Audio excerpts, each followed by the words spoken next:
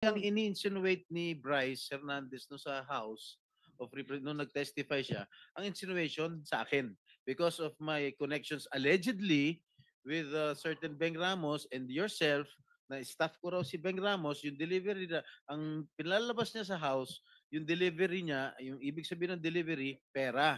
Na nag-deliver ka ng pera straight to my office.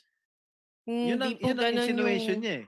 ang agreement po is kami po kasi yung gagastos sa Yeah. processing No, no, no, fee. no. So yun po siguro yung You, nire-refer niyang excuse me, I'm pera. telling you that that was his insinuation when he testified in the Yes. House of Representatives. Yes. Pero right now, you are saying na hindi mo ako kilala, Hindi hindi ka po. nagpunta sa aking Hindi tanggapan. rin po. Correct? Yes, Your Honor. So lumalabas talaga na wala akong kinalaman kung ano man ang transaksyon ninyo ni Bryce Hernandez. Am I correct?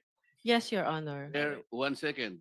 Please. So hindi mo kilala si Senator Inggoy at hindi ka nagdala ng pera sa kanya. Hindi po. Kahit po kay Bryce, wala po akong dinalang pera. Okay. So talagang safe ka na. Please, continue.